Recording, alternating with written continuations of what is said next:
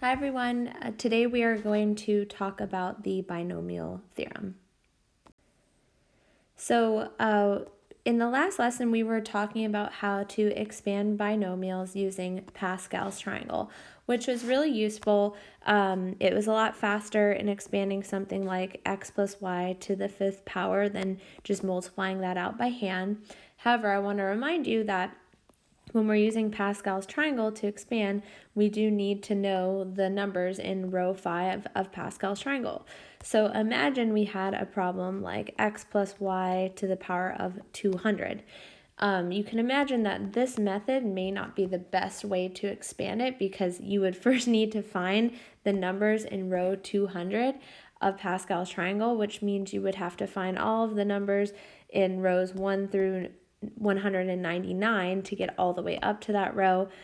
So that would take a really long time to do. So luckily, using the binomial theorem, which we're going to learn today, there is a little bit more of a quicker and more elegant way of doing it. But before we talk about what the binomial theorem is, we're going to start by talking about a concept called the binomial coefficient. So let's assume n and r are non-negative numbers, and r is a number that's less than or equal to n. So the binomial coefficient is defined by this formula, n factorial over r factorial times n minus r factorial.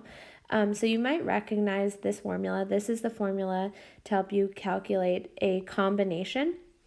This symbol right here with the parentheses and the n and the r is also sometimes written like this, with an n, the n first, and then a capital C, and then an r, and we can read it n choose r. So that's how I'd read something like this, n choose r.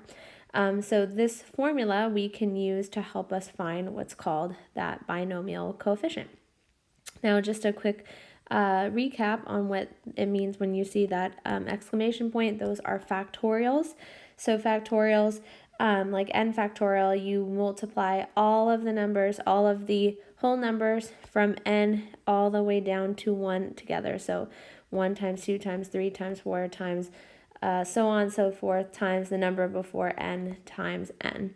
So your calculator can do factorials for you if it's something really, really long.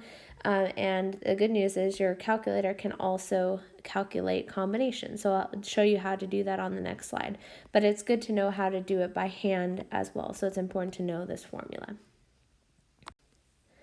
Okay, so let's practice finding these binomial coefficients. So this first one we have 9 choose 4. So that means that we're going to do 9 factorial over 4 factorial times 9 minus 4 factorial. So we're going to do 9 factorial over 4 factorial times 5 factorial. So imagine we started expanding this out. We're going to do this one by hand.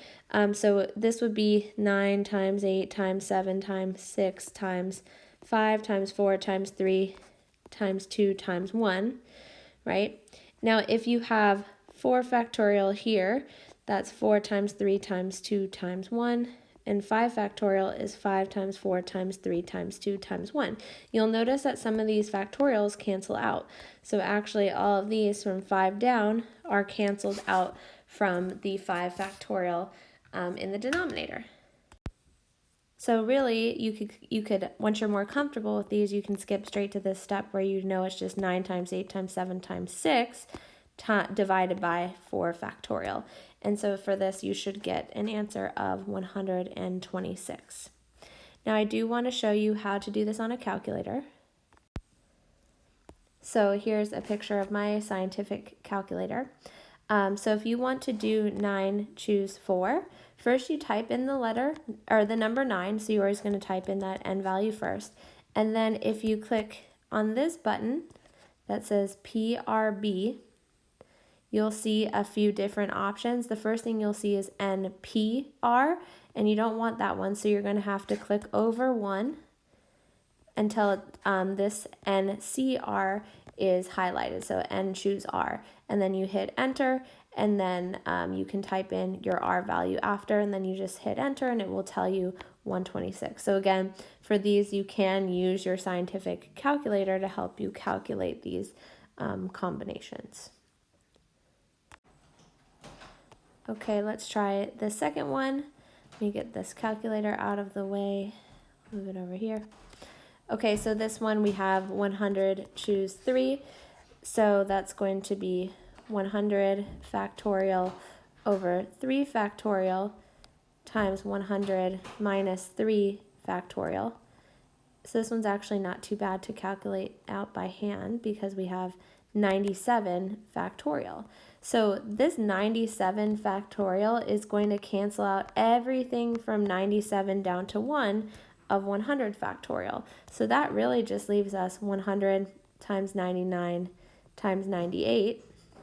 And then again, that canceled out this 97 factorial. And then in the denominator, we're just left with 3 times 2 times 1. So this you can plug into your calculator from there and you get 161,700. And then you could also double check this by practicing using that combination button in your calculator and you should get the same answer. So from here on out, whenever I see something like 100 choose 3 or any other combination, I'm just going to use the function on my calculator to give me that binomial coefficient. So now that we know how to find a binomial coefficient, we can talk about the binomial theorem. So again, this is a more efficient way of expanding out a binomial rather than using Pascal's triangle. You can use this formula. So if we're expanding out a plus b to the power of n. So one thing to notice is we still have that same pattern as we did when we were working with Pascal's triangle, where you'll notice that the first term, a, is going to be decreasing in power. So first we have n, and then we have n minus 1, n minus 2, and that continues on until we just have a to the power of 1. And then you'll notice that a disappears altogether when we have a to the power of 0.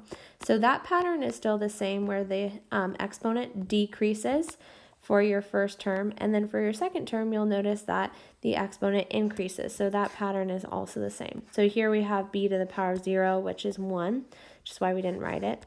And then we have b to the power of 1, b squared, all the way up until you end up with b to the power of n, which should be your largest coefficient. The only thing that's different here is instead of using Pascal's triangle to find the number in front, we're going to use those combinations. So the first one here is n choose 0, n choose 1, n choose 2, then it'd be so on and so forth, n choose n minus 1 until you finally have n choose n. So the important thing to note is this exponent that you're raising your binomial to the power of, that's always going to be the top number, and you are going to start with 0, and then that bottom number is just going to keep increasing until you reach n. And then that's what you can use. You can use this formula to expand your binomial. Okay, so let's see if we can do a simple one together. We're going to use the binomial theorem to expand x plus y to the power 4.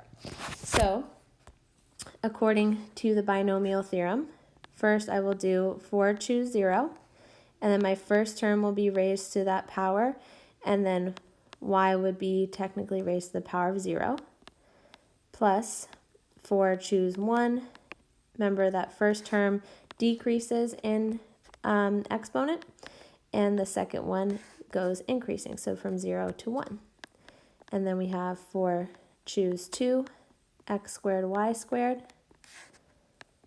plus 4 choose 3, xy cubed, and then 4 choose 4.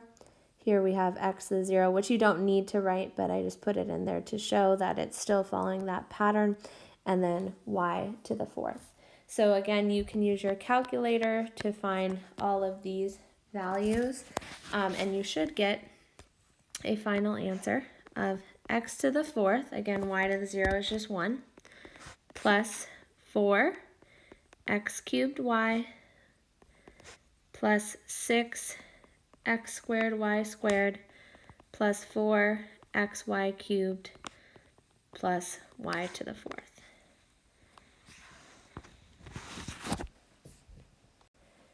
Okay, let's try one that is a little bit more involved. I think the hardest thing about this problem is just keeping your work organized and try not to run out of room. So I might have to go extend over 2 lines for one expansion, okay? But just bear with me. I'll try to fit it in the best that we can. So we have square root of x as our first term, -1 as the second term, and our end value is 8. So we're going to start with 8, choose 0. And then we're going to have square root of x, which I'm going to write as x to the power of 1/2 to the power of 8. And then remember, -1 is to the power of 0, so I'm going to leave it out for that first term. And then we have plus 8, choose 1. My first term is going to decrease in exponent. And then my second term, -1, is going to start increasing. And then we have 8, choose 2 times x to the power of 1, or x to the 1/2 to the power of 6. So it went from 7 to 6, and then this is going to increase from 1 to 2. Plus 8, choose 3 times x to the 1/2 to the power of 5, so that decreased, and then -1 to the power of 3, so that increased, plus, and I'm going to go on to the next line underneath.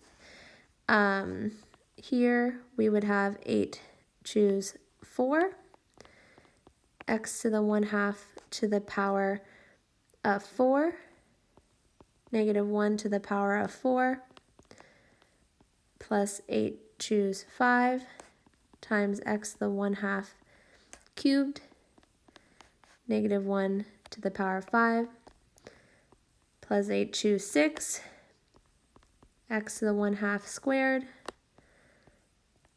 -1 to the power of 6, plus 8, choose 7, x to the 1/2 to the first power, and then -1 to the power of 7. And then our very last term will be plus 8, choose 8.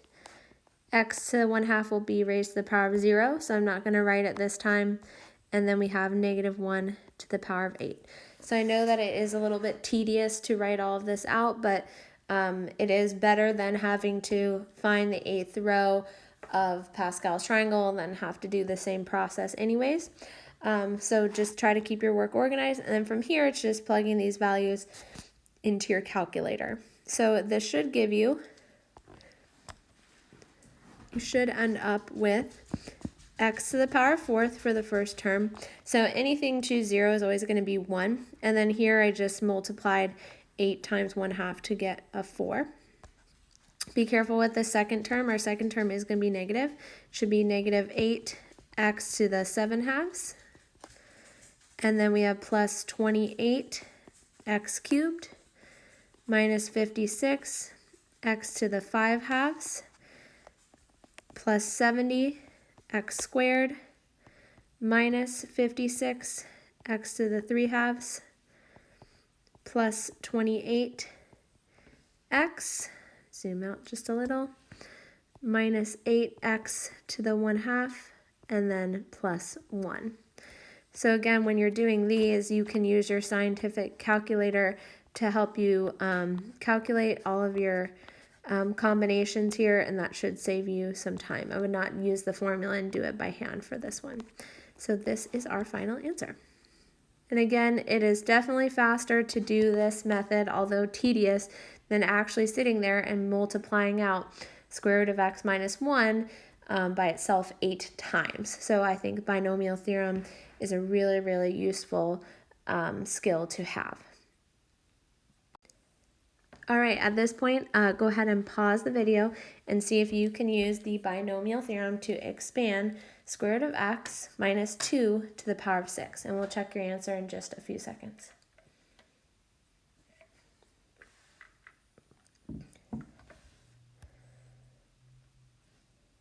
Okay, so here I tried to write it so it fit in one row. Again, here, let's start with, you have the combinations that are going from 6 choose 0 all the way up until 6 choose 6. And then you can see here that the exponents for square root of x are decreasing, and lastly that the exponents for -2 are increasing. And then from here it's just a matter of plugging it into your calculator to get your final answer. So there may be a time when instead of expanding the entire binomial, you just want to find a specific term within the expanded binomial. So you can do this with this general term formula. So the term that contains a to the power of r of this expansion, a plus b to the power of n, can be found using this formula. So it's n choose n minus r, then it's a to the power of r, and then here it would be b to the power of n minus r. Because, of course, if this is r and the total degree is n, then this degree must be n minus r. So again, you can use this formula to find a specific term within a binomial expansion. All right, let's try one of these together. So here, we're going to try to find the term in the expansion that has x to the 5th power of this binomial 2x plus y to the power of 20. So since we're trying to find the term with x to the 5th, and then x is from that first part of the term, we know that r is going to be 5. We know that n is 20. Okay, and our a value is 2x, our b value is y, and now we're just going to plug that in to the formula that we just learned. So it's going to be 20 choose 20 minus 5, which is 15. Remember, it's n choose n minus r, and then we have our a value, which is 2x to the power of r, times our b value, y to the power of n minus r, 20 minus 5 is 15. So when we go to simplify this, we can use our calculator to do this 20 choose 15. It'll be a pretty large number. But we do need to make sure whatever this value is, that we also multiply it by, so I'm going to leave this as 20 choose 15. Make sure that we are raising both 2 and x to the power of 5. So we actually have to multiply that by 32. And then we have x to the 5th, y to the 15th. So if you plug this into your calculator and then you multiply it by 32, you should get 496,128 x to the 5th, y to the 15th. Okay, see if you can give this last problem a try. See if you can find the term that has x to the 4th in this expansion. And we'll check your answer in just a few seconds.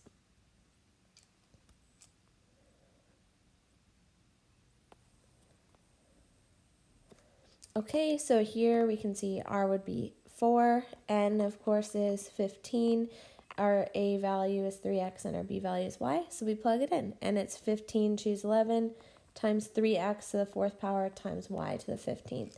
Just remember you're raising 3 to the power of 4 as well, and then multiplying it by whatever 15 choose 11 is, and this is what your final answer should be. All right, that's all for today's video. Thank you so much for watching.